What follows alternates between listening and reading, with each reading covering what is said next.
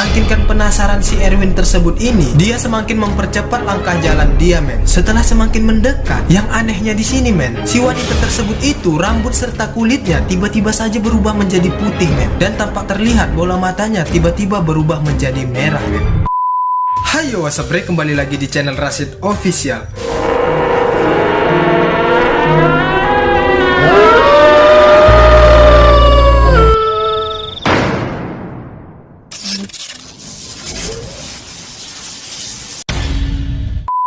Terima kasih udah mau klik video ini, men. Oke, men, bagi kalian yang tinggal di Kabupaten Asahan, pasti kalian tahu, men, sekolah SMA paling terpopuler di Kabupaten Asahan, men, yaitu Sekolah Negeri 2 Kisaran, men. Sekolah ini, men, terletak di Jalan Letsitar dan Nusantara, men, yang konon katanya ada terdapat beberapa titik penghuni makhluk halus di dalam sekolah tersebut ini, men. Di antaranya, men, yaitu sebuah kamar mandi yang berada di dalam ruangan tata usaha, men. Ada juga yang berada di kantin yang berhadapan dengan kelas 3 IPA 3, men, serta sebuah sumur yang berada di belakang kelas 1, men. Keberadaan makhluk-makhluk halus tersebut ini, men, menurut kalangan pendidik, baik menurut kalangan pendidikan yang sekarang ataupun yang terdahulu, men, menurut mereka ini, men, keberadaan makhluk-makhluk halus tersebut ini sudah ada sejak Dr. Handus Ahmad Adenan Pasaribu menjabat sebagai kepala sekolah, men, yaitu pada tahun 1994, men. Setelah itu, jabatan kepala sekolah digantikan oleh Bapak Dr. Handus Bumi Sagala, men, sampai ia juga pensiun pada pertengahan tahun 2002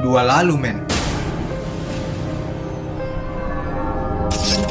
Ketika sekolah yang banyak melahirkan murid-murid berprestasi ini yang dipimpin oleh dua pejabat tadi, men, sudah ada beberapa kali pernah diadakan ritual khusus, men, seperti pemasangan pagar gaib lewat paranormal, men. Tujuannya untuk mengusir hantu-hantu yang ada di dalam sekolah tersebut ini, men, supaya makhluk halus yang berada di dalam sekolah tersebut ini, men, tidak lagi mengganggu siswa-siswa yang sedang mengikuti kegiatan belajar, men.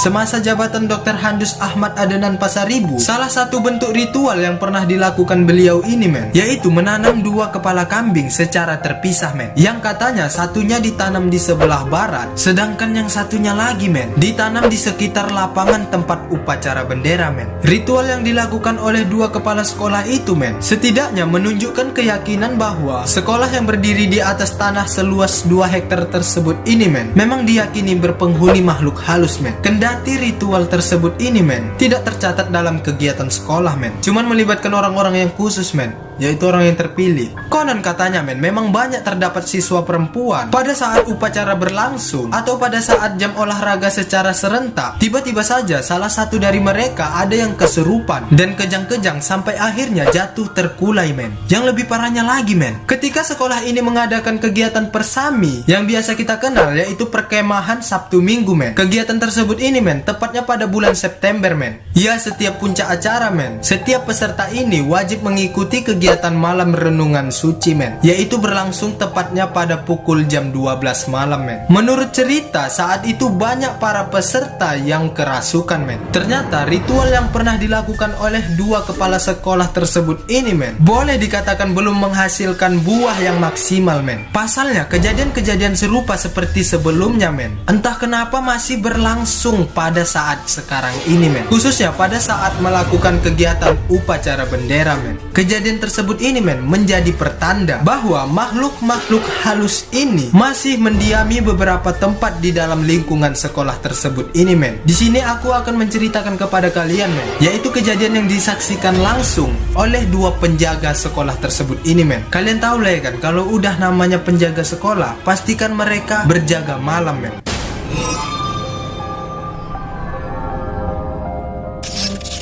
Di sini diceritakan bahwa penjaga yang bernama Erwin Sagala yang berusia 28 tahun, men, sudah 3 tahun menjadi pegawai perpustakaan, men. Pemuda asli Lubuk Pakam ini mengaku pernah melihat sosok-sosok aneh yang berkeliaran di dalam lingkungan sekolah tersebut ini, men. Penampakan wujud makhluk halus tersebut ini seringkali membuat si Erwin merasa merinding dan nyaris kencing di dalam celana, men. Dikisahkan ketika ia baru 3 minggu menempati rumah dinas yang disediakan oleh sekolah tersebut, men, pada malam hari, men, men, dia ini sering keliling-keliling kompleks seorang diri men. Dia sambil melihat-lihat situasi lah. Suatu malam men, dia ini berjalan menuju ke arah kantin yang berada di sebelah timur, persisnya di depan kelas 3 IPA 3 men. Ketika itu dia melihat seorang wanita cantik yang berdiri mematung di kegelapan malam sambil melemparkan senyuman kepada si Erwin tersebut ini men. Sebagai pegawai yang wajib menjaga keamanan sekolah tersebut ini men, tentu saja tindak tanduk si wanita tersebut ini men membuat si Erwin curiga men. Saking kan penasaran si Erwin tersebut ini, dia semakin mempercepat langkah jalan dia men. Setelah semakin mendekat, yang anehnya di sini men, si wanita tersebut itu rambut serta kulitnya tiba-tiba saja berubah menjadi putih men, dan tampak terlihat bola matanya tiba-tiba berubah menjadi merah men. Si Erwin tersebut ini merasa ketakutan men. Dia hampir pipis di dalam celana men. Dan ada juga membuat si Erwin ini merasa makin ketakutan men, karena dia melihat si wanita tersebut ini tidak memijakkan kakinya ke atas tanah men.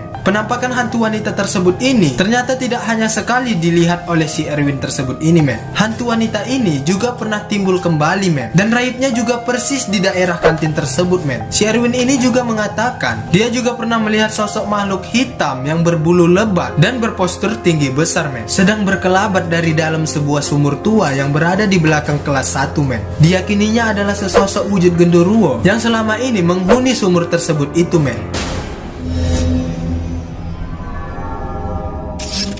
Ada juga saksi lain yang pernah melihat sosok makhluk halus yang berada di daerah lingkungan sekolah tersebut ini men, yaitu dia yang bernama Parulian Lubis yang berusia 43 tahun men. Lelaki tersebut ini sudah hampir 4 tahun bertugas sebagai penjaga malam di sekolah tersebut ini men. Ia memamparkan bahwa penampakan hantu yang pernah dilihatnya justru lebih seram daripada yang dialami oleh si Erwin tersebut ini men. Bahkan ia mengaku pernah terkait perkelahian dengan jin yang mengganggu dia pada saat dia tidur men. Di sini diceritakan ketika ia masih bertugas menjaga ruang komputer yang sekarang menjadi ruangan UKS men, seringkali dia didatangi sesosok jin yang mengganggu ketentraman tidurnya men. Saat dia ini tertidur lelap men, tiba-tiba saja ia merasa ada sesuatu beban yang menghimpit tubuh dia men. Makhluk itu terasa sangat besar dan mencekik lehernya men, hingga membuat napasnya sesak dan tak bisa menjerit men. Untung di dalam hati si Parulian ini men, dia sempat membaca sedikit ayat-ayat suci Al-Quran men, hingga makhluk itu pergi. Akhirnya ia selamat men. Lebih lanjut si Parulian menjelaskan, tidur di dalam ruangan tata usaha adalah tempat yang paling menyeramkan men. Hampir setiap mendekati tengah malam, si Parulian ini seringkali mendengar suara gayung dan percikan air dari dalam kamar mandi yang berada di ruangan tata usaha tersebut ini men. Pernah ini men, karena ingin membuktikan siapakah gerangan yang di dalam kamar mandi tersebut ini men, si Parulian ini men nekat dia membuka pintu kamarnya men. Tahu kalian men, apa yang dilihat si Parulian ini men? Sosok yang dilihat si Parulian pada malam itu men adalah seorang wanita yang sedang mandi dalam keadaan telanjang men. Tapi yang anehnya, terlihat kepala si wanita tersebut terpenggal men.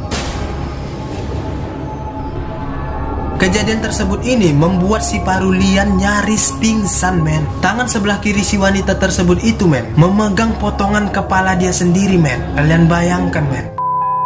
Cuman menurut kalian semua men, kejadian siapa yang paling menyeramkan men? Kalau kalian yang tinggal di Kabupaten Asahan men, tentu kalian tahu cerita keseraman dari sekolah tersebut ini men. Bagi kalian yang suka dengan video saya ini, kalian bisa like, komen, dan subscribe, dan share ke teman-teman kalian semua men. Sebetulnya men, kebenaran cerita tersebut ini tergantung pada kepercayaan kita masing-masing men. Kalian mau percaya apa enggak, itu tergantung pada kalian semua men. Di sini saya cuman menceritakan kisah-kisah yang pernah dialami oleh orang-orang tersebut ini men. Ya jadi kalau kalian ada pengalaman-pengalaman kalian yang horor atau cerita-cerita kalian yang seram, kalian bisa request ke aku, nanti bisa aku bacakan lagi, oke? Di channel saya Rashid Official. Bye.